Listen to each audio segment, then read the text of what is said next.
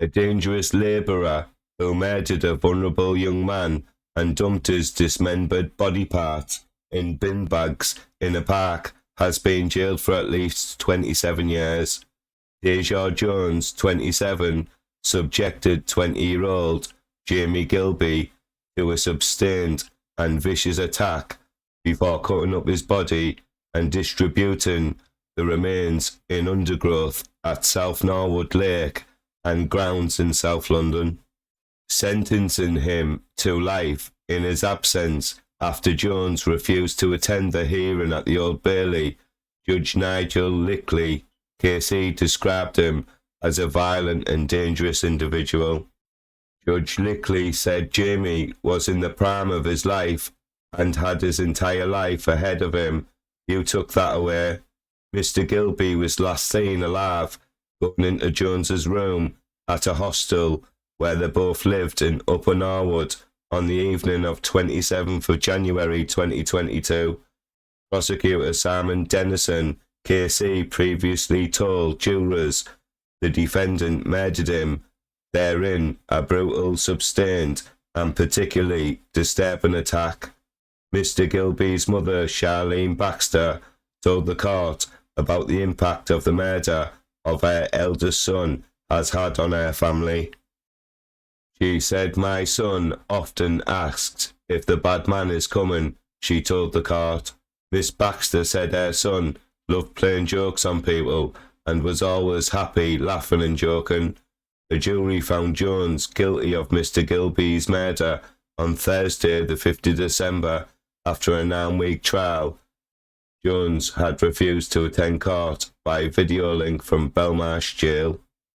During the trial, jurors were told it was a deeply disturbing case in which the victim was a defenceless man. Jones claimed he hit the victim with a broom in self-defence after Mr. Gilby confronted him with a knife and stole his phone.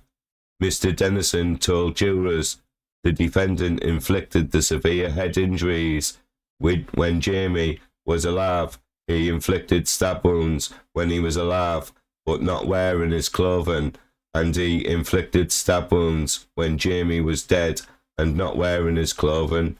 The day after the killing, Jones acquired a large purple suitcase that he took back to his room. Jones kept the body parts in a crate and disposed of them in 2 trips to Cantley Gardens in South Norwood Lake and grounds. Using the suitcase, he took the head and torso and arms in 1 trip and the legs in another, jurors heard. In a 3rd trip, Jones deposited the suitcase containing clothing and bedding, which was heavily blood-stained, at Love Lane Green in South Norwood. Mr. Dennison previously said Mr. Gilby was an innocent victim who had been too trusting and too eager to please. Mr. Gilby, who had learning difficulties, had been on bail for attempted robbery, but otherwise had no convictions, warnings or reprimands, police said. Having calmly disposed of the body, Jones also carried out a deep clean-up operation in his room and seemed extraordinarily relaxed and cheerful, the court heard. He was arrested on the 3rd of March 2022, 5 days before Mr. Gilby's body was found by police in undergrowth. When he was charged the next day, his response was, "All right, cool," Judge Lickley said. During his evidence, Jones denied he dismembered Mr. Gilby's body, claiming he took it away from the hostel in 1 trip and handed it to 3 people to dispose of. Jones, of no fixed address, had a history of violence and had admitted a glass attack on a member of staff at a cycling shop in London Bridge, the court was told. He had been released from prison on licence before the murder.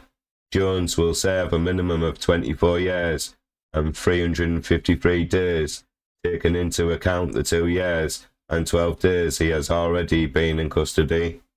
Detective Chief Inspector Mike Nolan, who led the murder investigation, said, "My thoughts go out to the family of Jamie who lost his life in this truly horrendous circumstances. For reasons known only to Jones, on the evening of the murder, he lured Jamie to his room, intending to kill him or cause really serious harm. He then subjected Jamie to an extremely violent and sustained attack. Afterwards, he dismembered Jamie's body and disposed of it over a number of days. What is particularly chilling is that throughout this time, he conducted himself in an entirely relaxed manner. Something had clearly been brewing in Jones's mind, as he had earlier that day asked staff at the accommodation what would happen were he to have a fight inside his room, and whether the circumstances would be looked into. This suggests some element of premeditation and planning. Please like this video, please comment, and don't forget to subscribe to my crime channel. Thank you.